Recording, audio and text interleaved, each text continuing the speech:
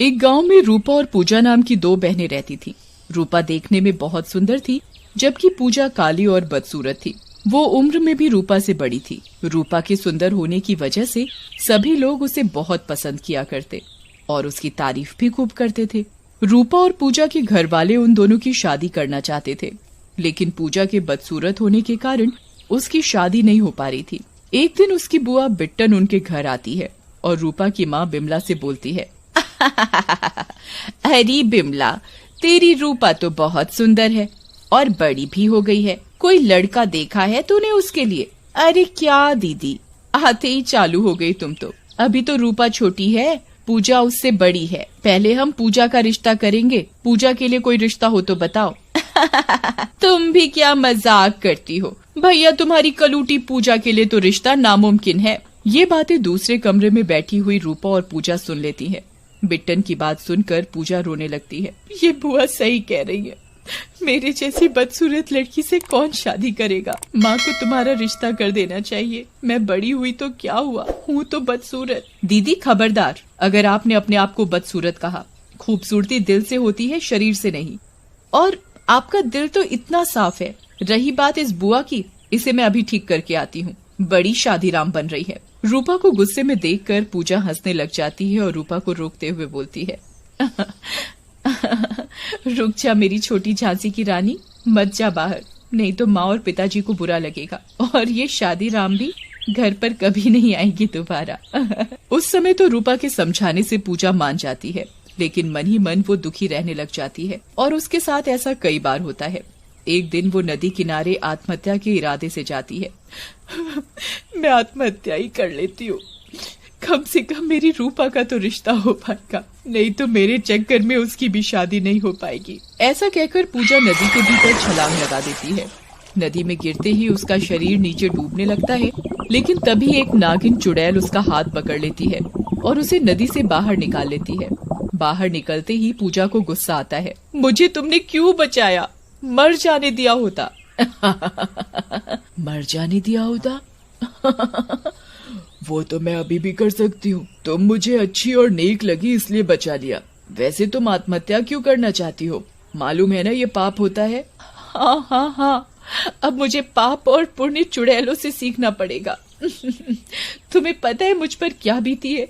मेरी शादी नहीं हो रही और मेरी वजह से मेरे घर वाले कितने दुखी हैं। मेरी वजह से मेरी बहन की भी शादी नहीं हो पा रही, क्योंकि मैं बड़ी हूँ। इतने अच्छे रिश्ते आए मेरी बहन के लिए, पर मेरे माँ बाबा मेरे कारण उसकी शादी नहीं कर पा रहे। बस इतनी सी बात? जो तुम्हारी शक्ल देखकर तुमसे शादी करना चाहता है, वो तुम्हारे से कभी प्यार नहीं करता। मेरे साथ भी ऐसा ही हुआ था।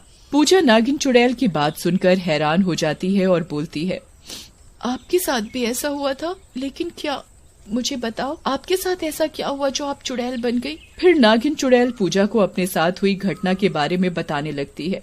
दरअसल मरने से पहले मेरा नाम रूपमती था और मैं बहुत ही सुंदर थी। मेरे माँ बाप ने एक अच्छा सा लड़का देखकर मेरी शादी करा दी, लेकिन वो नहीं जानते थे जिससे वो मेरी शादी करा रहे हैं वो दरअसल दहेज के लोभी हैं। ओह चुड़ैल जी, आपके साथ तो बहुत बुरा हुआ। अभी कहाँ पूजा, अभी तो बुरा होना बाकी है। दहेज के लोभी होने के कारण उन लोगों ने मुझे डराना धमकाना और मेरे पिताजी पर पैसे के लिए दबाव डालना चालू कर दिया। जब तक मेरे पिताजी पैसे दे सकते थे उन्होंने पैसे दिए, लेकिन बाद में उन्होंने भी पैसे देने से मना कर दिया। फिर क्या हुआ चुड़ैल जी आपके साथ, मुझे बताइए।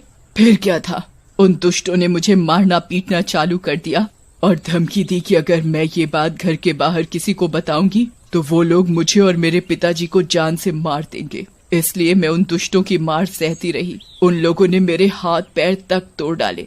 आपकी बात सुनकर तो मुझे बहुत डर लग रहा है। क्या कोई इतना भी बेरहम हो सकता है? आपने तो बहुत दर्द सहा है। अभी तो असली दर्द आगे आना बाकी है।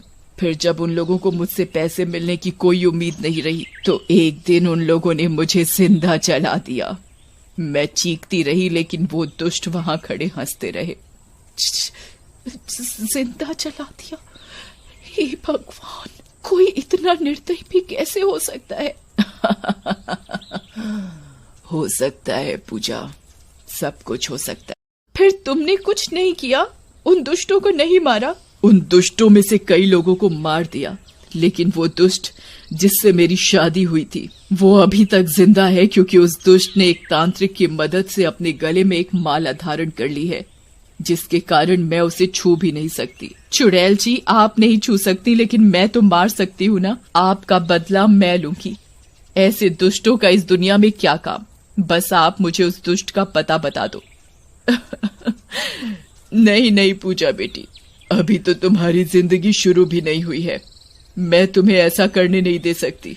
लेकिन ऐसे आदमी को जीने का कोई हक नहीं है, आपको उसे मारना होगा।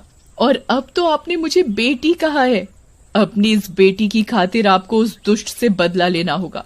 आपको जो भी मदद चाहिए इस नेक काम में मैं करने के लिए तैयार हूँ। फिर नागिन चुड़ैल और पूजा मिलकर एक योजना बनाते हैं। नागिन चुड़ैल अपने जादू से पूजा को एक बहुत ही सुंदर लड़की बना देती है। पूजा अपने घर जाती है। पूजा के माता और पिताजी घर पर नहीं होते। रूपा घर का दरवाजा खोलती है और पूजा को देखकर हैरान रह जाती है। अरे पूजा, तुम तो कितनी प्यारी और सुंदर लग रही हो, मुझसे भी सुंदर।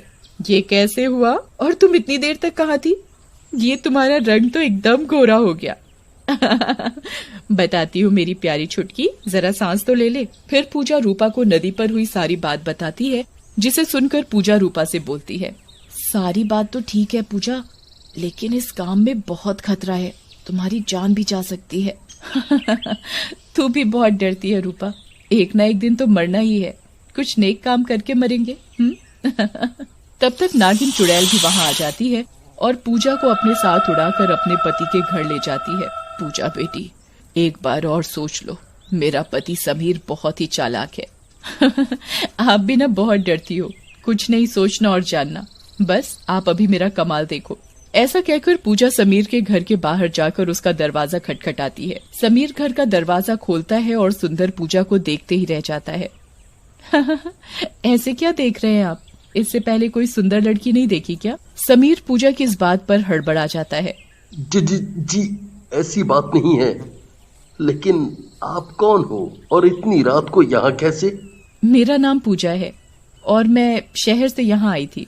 मेरी गाड़ी खराब हो गई तो सोचा रात यहीं रुक जाऊं, तभी आपका घर दिख गया। वैसे मैं यहाँ रुक सकती हूँ ना? कैसी बात कर रही हो आप? अजी, घर ही आपका है, जितना चाहे रुको। फिर पूजा समीर के घर के अंदर चली जाती है और नागिन चुड़ैल बाहर खिड़की से उन दोनों को देखती रहती है। अंदर पूजा और समीर थोड़ी देर बात करते रहते हैं। तभी पूजा बोलती है, आप तो बहुत स्मार्ट और हैंडसम हैं। फिर ये पुरानी सी माला क्यों गले में डाल रखी है? ये आप पर बिल्कुल अच्छी नहीं लगती। अच्छा, बस अगर मैं ये माला अपने गले से हटा दूं तो मुझे क्या मिलेगा? भाई, मेरा भी तो कुछ फायदा हो। ओहो, बहुत रोमांटिक हो रहे हो। फायदा तो आपको माला हटाने के बाद ही पता चलेगा। हो सकता है ऐसा फायदा मिले जो इससे पहले किसी को नहीं मिला। पूजा की इस बात पर समीर बिना कुछ सोचे समझे माला उठाकर दूर फेंक देता है। पूजा दौड़कर माला उठा लेती है और तोड़ देती है। ये क्या कर रही हो? अरे, मुझे वो दो ना जिसके लिए मैंने ये माला तोड़ी है। तभी नागिन वहां आ जाती है।